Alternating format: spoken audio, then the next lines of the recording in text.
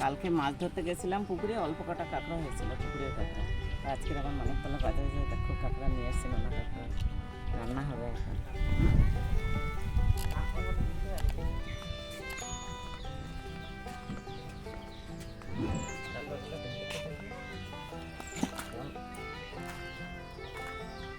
সব জ্যান্তই আছে আবার। আর এই যে পুকুরের কাঁকড়া, এর মধ্যে আবার দড়ি ছিল। চল চল চল চল চল চল চল চল চল। দেখো এখানে দু রকম কাঁকড়া আছে। এই যে পুকুরের দেশি কাঁকড়া, দেখো ঘিলুগুলো কেমন হয়েছে, একদম পাকা ঘিলু, কেমন হলুদ লাল। আর এইগুলো দেখো কিনা কাঁকড়াগুলো, নোনা কাঁকড়া কেমন হয়েছে, এগুলো কালারগুলো কেমন হয়েছে, সাদা একদম। লাউ দিয়ে কাঁকড়া হবে, লাউ দিয়ে কাঁকড়া একটা নাম আছে, লাউ দিয়ে কাঁকড়া করবো। আর একটা কাঁকড়া ওটা তেল ঝাল করে দেবো, ঝাল কাঁকড়া কাঁকড়া। তেল দিয়ে নিচ্ছি, কাঁকড়াটা একটু ভেজে নেব।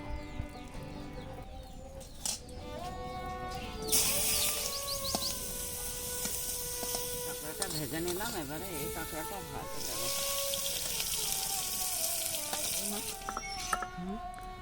কিচ্ছু নেই,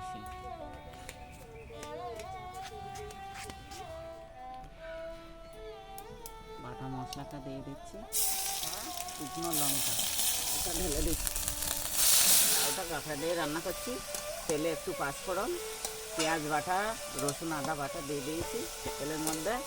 এবারে নুন হলুদ দিয়ে দেবো, তরকারিতে লবণ দিয়ে দিচ্ছি, হলুদ দিয়ে নিচ্ছি।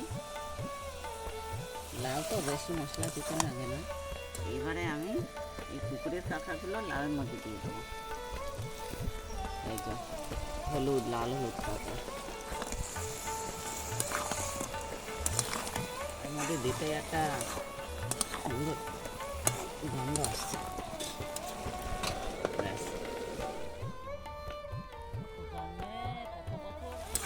তরকারিটা হয়ে গেছে, লাউ কাঁকড়া এবার রাঁধিয়ে দেবো আমি।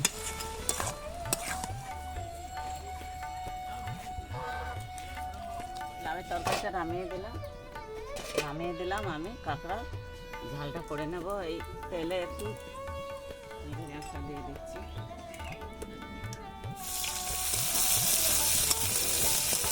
টমেটো দিয়ে দিচ্ছি, মশলা দিয়ে দেবো।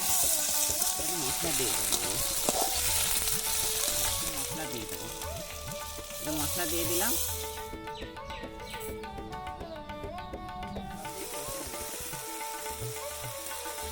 নুন দিয়ে দিচ্ছি, হলুদ দিয়ে দিলাম।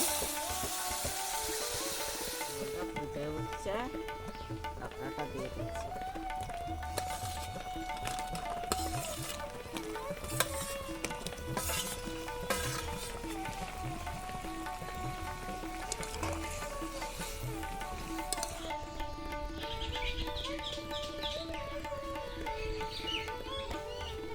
আমার কাঁকড়ার ঝালটা হয়ে গেছে, একটু ঝোল কমলে ঠিক ছিল।